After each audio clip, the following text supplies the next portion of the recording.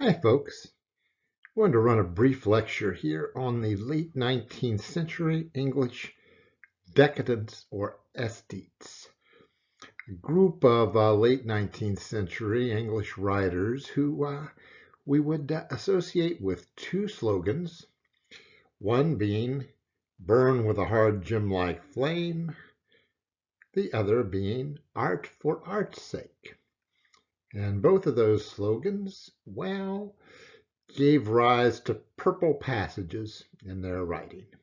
That's a nice little purple cover here to start this, and a couple mentions of purple. I guess this is purplish enough. Well, now then, first of all, let's look at this notion art for art's sake for a moment.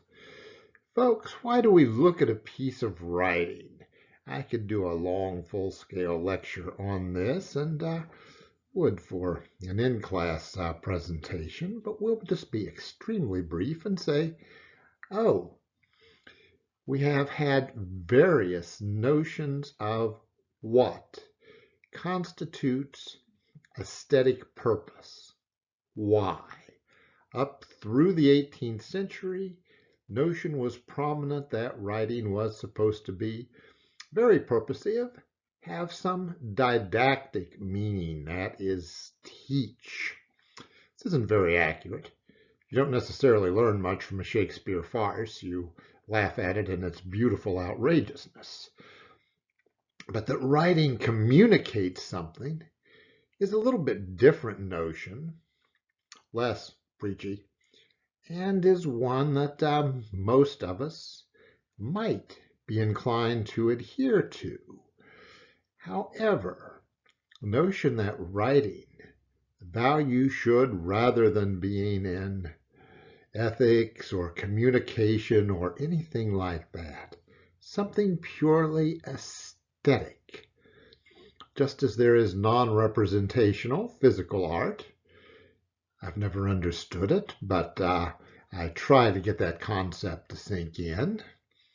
There is the notion of, well, the verbal art being important purely because it is art. It is artifice. It has its own standards. The antecedents for the British decadents were, well, they start with Edgar Allan Poe. Yes, an American. Our first internationally renowned critic because he took on that task of trying to find a purely artistic value in aesthetic items. In poems, you can look at his poetic principle. The French were taken by Poe and taken by this notion to some extent, so he had a lot of influence there, and you'll find this followed up there, and then the English decadents kind of got it from the French. But the notion again, poem, piece of writing, novel, need not have a message. Perhaps it even should not have a message. Perhaps it is for sensation, ornament,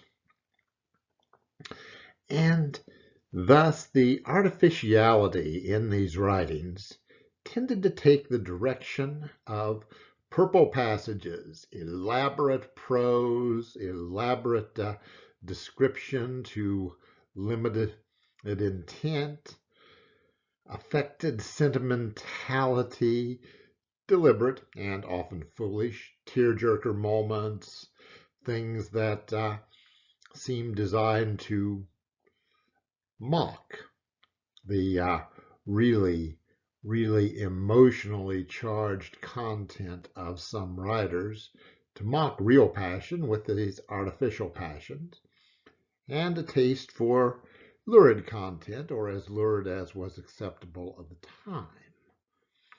So we are full of purple from that.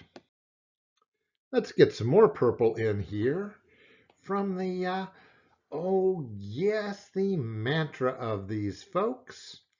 An Oxford professor, Walter Pater, attempted to teach his students to burn with a hard gem-like flame. Hey, If you think of those words, I think of them and I think of concentration like a laser, concentrated effort. Lots of you would have similar notions. But the one that seemed to come forth the most and be emphasized by Pater's followers, if not by Pater, was passion. Yes, I don't know about the hard Gemlike part, but the aesthetes, the decadents, were very, very good at burning.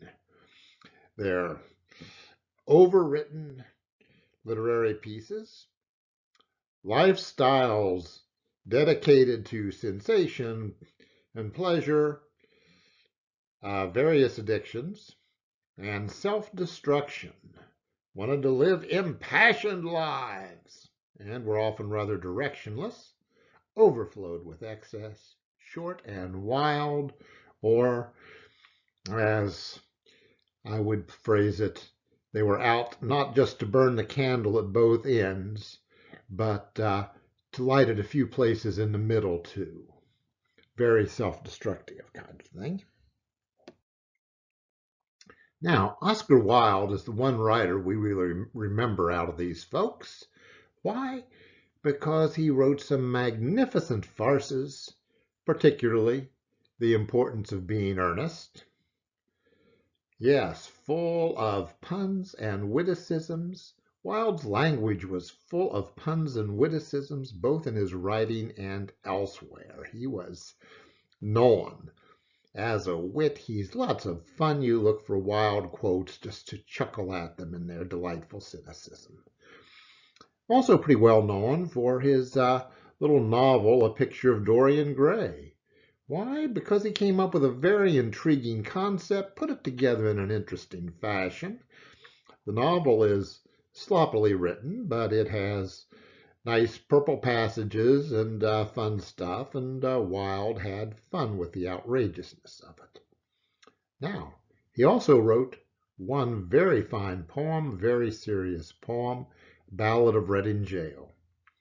He wrote this after his release from his imprisonment for sodomy, the imprisonment story, and how Wilde's life was wrecked by the English sodomy laws is stuff for another potential lecture. Again, we will forgo that and just settle for our little overview with Wilde here, our mention of Wilde's work.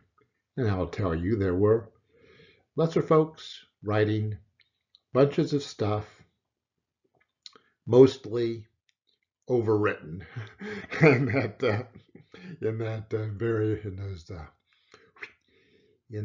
among those folks we term the English Decadents. Okay, folks.